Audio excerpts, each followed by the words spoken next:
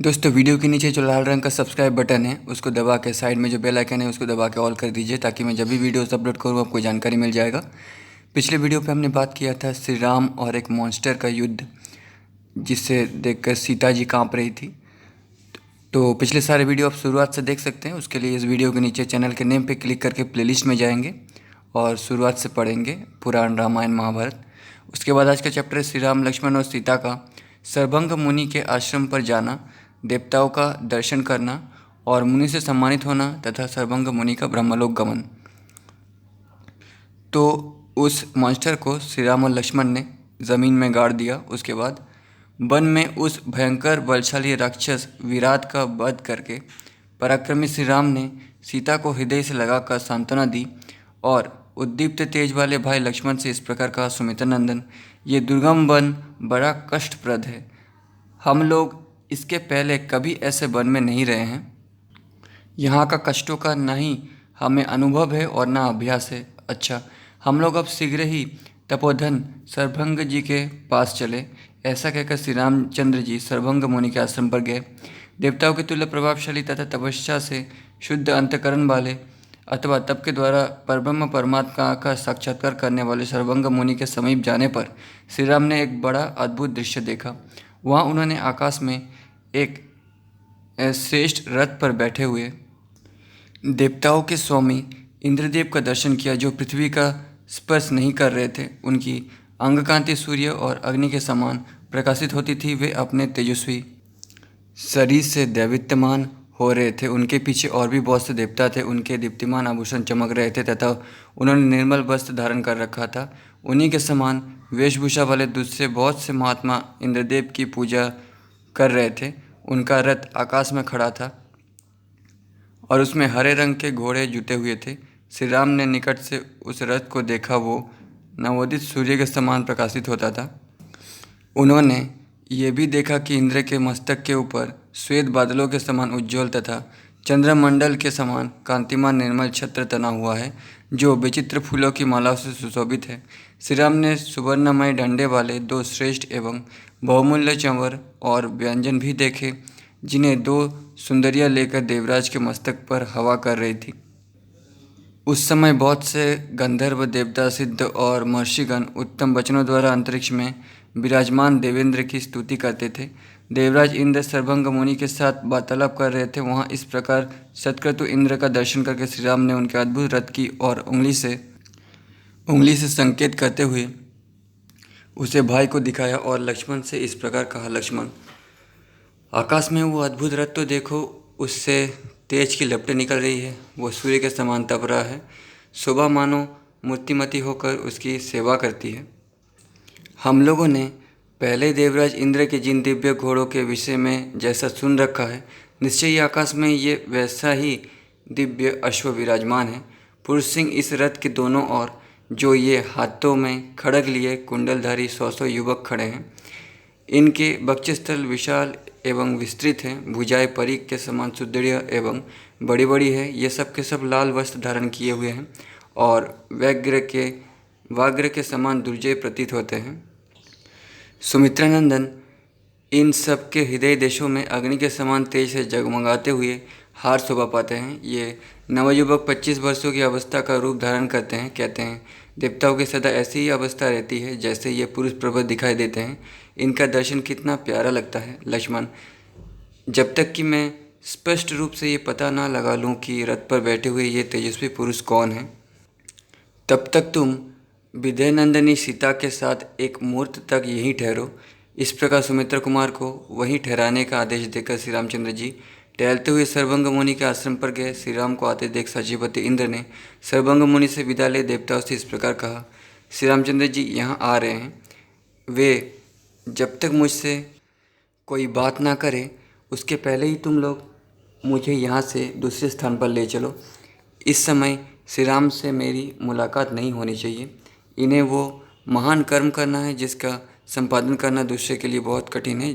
जब ये रावण पर विजय पाकर अपना कर्तव्य पूर्ण करके कृतार्थ हो जाएंगे, तब मैं शीघ्र ही आकर इनका दर्शन करूँगा। ये कहकर वज्रधारी शत्रु दमन इंद्र ने तपस्वी सर्वंग का सत्कार किया और उनसे पूछकर अनुमति ले वे घोड़े जुते हुए रथ के द्वारा स्वर्गलोक को चल दिए। सहस्त्र नेत्रधारी इंद्र के चले जाने पर श्री रामचंद्र जी अपनी पत्नी और भाई के साथ सर्वंग मुनि के पास गए। उस समय वे अग्नि के समीप बैठकर अग्निहोत्र कर रहे थे। श्री राम, सीता और लक्ष्मण ने मुनि के चरणों में प्रणाम किया और उनकी आज्ञा से वहां बैठ गए। सर्वंग जी ने उन्हें आतिथ्य के लिए निमंत्रण दे ठहरने के लिए स्थान दिया। तदनंतर श्री रामचंद्र जी ने उनसे इंद्र के आने का कारण पूछा। तब सर्वंग मुनि ने श्री रघुनाथ जी से सब बातें निवेदन करते हुए कहा, श्री राम, ये वर देने वाले इंद्र मुझे ब्रह्मलोक में ले जाना चाहते हैं। मैंने अपनी उग्र तपस्या से उस लोक पर विजय पाई है। जिनकी इंद्रियां वश में नहीं है, उन पुरुषों के लिए वो अत्यंत दुर्लभ है। पुरुष सिंह, परंतु जब मुझे मालूम हो गया कि आप इस आश्रम के निकट आ गए हैं, तब मैंने निश्चय किया कि आप जैसे प्रिय अतिथि का दर्शन किए बिना मैं ब्रह्मलोक को नहीं जाऊंगा। नरश्रेष्ठ, आप धर्मपरायण महात्मा पुरुष से मिलकर ही मैं स्वर्गलोक तथा उससे ऊपर के ब्रह्मलोक को जाऊंगा। पुरुष शिरोमणे, मैंने ब्रह्मलोक और स्वर्गलोक आदि जिन अक्षय शुभ लोकों पर विजय पाई है, मेरे उन सभी लोकों को आप ग्रहण करें। सर्वंग मुनि के ऐसा कहने पर संपूर्ण शास्त्रों के ज्ञाता नरश्रेष्ठ श्री रघुनाथ जी ने ये बात कही, महामुने, मैं ही आपको उन सब लोगों की प्राप्ति कराऊंगा। इस समय तो मैं इस वन में आपके बताए हुए स्थान पर निवास मात्र करना चाहता हूँ। इंद्र के समान बलशाली श्री रामचंद्र जी के ऐसा कहने पर महाज्ञानी सर्वंग मुनि फिर बोले, श्री राम, इस वन में थोड़ी ही दूरी पर महातेजस्वी धर्मात्मा सुतीक्ष्ण मुनि नियमपूर्वक निवास करते हैं। वही आपका कल्याण करेंगे। आप इस रमणीय वन प्रांत के उस पवित्र स्थान में तपस्वी सुतीक्ष्ण मुनि के पास चले जाइए। वे आपके निवास स्थान की व्यवस्था करेंगे। श्री राम, आप कुल के समान छोटी छोटी डोंगियों को पार होने योग्य अथवा पुण्यमयी नौका को बहाने वाली इस मंदाकिनी नदी के स्रोत की विपरीत दिशा में इसी के किनारे किनारे चले जाइए।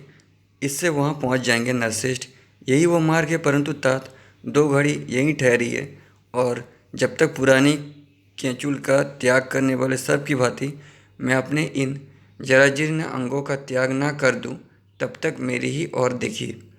यूँ कहकर महातेजस्वी सर्वंग मुनि ने विधिवत अग्नि की स्थापना करके उसे प्रज्वलित किया और मंत्रोच्चारण पूर्वक घी की आहुति देकर वे स्वयं भी उस अग्नि में प्रविष्ट हो गए।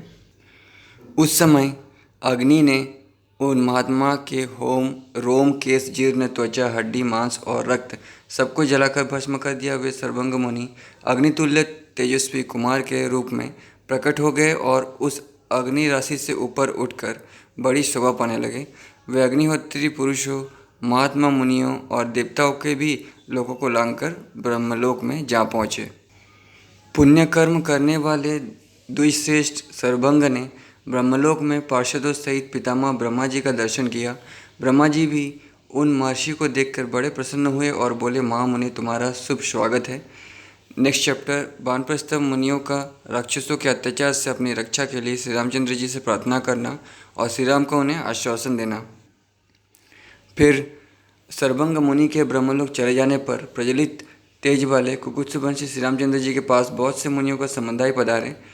उनमें बेखानस, बालखिल्य, संप्रलाक्ष, मरीचिप, बहुसंख्यक, अश्मकुट्ट, पत्राहार, दंतोलुखली, उन्मज्जक, गात्रशय्य, अशय्य, अनपकाशिक, सलीलाहार, वायुभक्ष, आकाश निलय, सांडिलशाही, ऊर्ध्ववासी, दांत, आद्रप, पटवासा, ये सब ऋषि समुदाय ब्रह्मा जी के नख से उत्पन्न हुआ है। संजय तपोनिष्ठ और पंचाग्नि से भी इन सभी सैन्यों के तपस्वी मुनि थे। वे सभी तपस्वी ब्रह्म तेज से संपन्न थे और तुद्दड़ीय योग के अभ्यास से उन सबका चित्त एकाग्र हो गया था। वे सब के सब सर्वंग मुनि के आश्रम पर श्री रामचंद्र जी के समीप आए। धर्मात्माओं में श्रेष्ठ परम धर्मज्ञ श्री रामचंद्र जी के पास आकर वे धर्म के ज्ञाता समागत ऋषि समुदाय उनसे बोले, रघुनंदन, आप इन इक्ष्वाकु वंश के साथ ही समस्त भूमंडल के भी स्वामी, संरक्षक एवं प्रधान महारथी वीर हैं। जैसे इंद्र देवताओं की रक्षा करते हैं, उसी प्रकार आप मनुष्य लोग की रक्षा करने वाले हैं। आप अपने यश और पराक्रम से तीनों लोकों में विख्यात हैं। आप में पिता की आज्ञा का पालन का व्रत, सत्य भाषण तथा संपूर्ण धर्म विद्यमान है। नाथ, आप धर्मात्मा, धर्मज्ञ और धर्मवत्सल हैं। हम आपके पास प्रार्थी होकर आए हैं, इसलिए ये स्वार्थ की बात निवेदन करना चाहते हैं। आपको इसके लिए हमें क्षमा करना चाहिए। स्वामिन, जो राजा प्रजा से उसकी आय का छठा भाग कर के रूप में ले ले और पुत्र की भांति प्रजा की रक्षा न करे, उस महान अधर्म का भागी होना पड़ता है उसे। श्री राम, जो भूपाल प्रजा की रक्षा के कार्य में संलग्न हो, अपने राज्य में निवास करने वाले सब लोगों को प्राणों के समान अथवा प्राणों से भी अधिक प्रिय पुत्र के समान समझकर सदा सावधानी के साथ उनकी रक्षा करता है। वो सब वर्षों तक स्थिर रहने वाले अक्षय कीर्ति को पाता है और अंत में ब्रह्मलोक में जाकर वहाँ भी विशेष सम्मान का भागी होता है। राजा के राज्य में मुनि फलमूल का आहार करके जिस उत्तम धर्म का अनुष्ठान करता है, उसका चौथा भाग धर्म के अनुसार प्रजा की रक्षा करने वाले उस राजा को प्राप्त हो जाता है।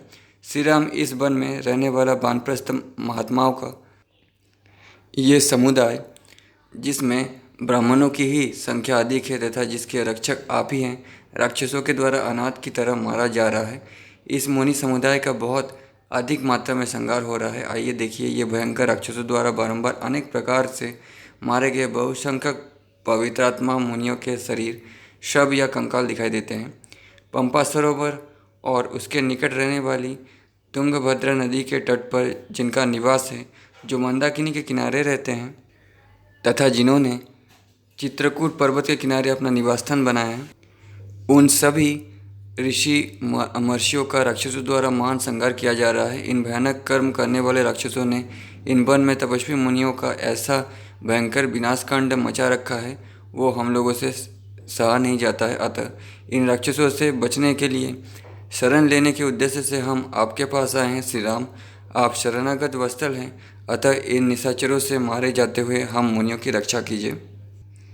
वीर राजकुमार, इस भूमंडल में हमें आपसे बढ़कर दूसरा कोई सहारा नहीं दिखाई देता। आप इन राक्षसों से हम सबको बचाइए। तपस्या में लगे रहने वाले उन तपस्वी मुनियों की ये बातें सुनकर कुकुत्स कुलभूषण धर्मात्मा श्री राम ने उन सबसे कहा, मुनिवरों, आप लोग मुझसे इस प्रकार प्रार्थना ना करें। मैं तो तपस्वी महात्माओं का आज्ञा पालक हूँ। मुझे केवल अपने ही कार्य से वन में तो प्रवेश करना ही है। राक्षसों के द्वारा जो आपको यह कष्ट पहुंचा जा रहा है, इसे दूर करने के लिए ही मैं पिता के आदेश का पालन करता हूं, इस वन में आया हूं। आप लोगों के प्रयोजन की सिद्धि के लिए मैं देवात यहाँ आ पहुंचा हूं। आपकी सेवा का अवसर मिलने से मेरे लिए ये वनवास महान फलदायक होगा। तपोधनों में तपस्वी मुनियों से शत्रुता रखने वाले उन राक्षसों का युद्ध में संहार करना चाहता हूँ। आप सब महर्षि भाई सहित मेरा पराक्रम देखें। इस प्रकार उन तपोधनों को वर देकर धर्म में मन लगाने वाले तथा श्रेष्ठ दान देने वाले वीर श्री रामचंद्र जी लक्ष्मण तथा यशस्वी महात्माओं के साथ सुतीक्ष्ण मुनि के पास गए। उसके बाद नेक्स्ट चैप्टर सीता और भ्राता सहित श्री राम का सुतीक्ष्ण के आश्रम पर जाकर उनसे बातचीत करना तथा उनसे सत्कृत हो रात में वहीं ठहरना।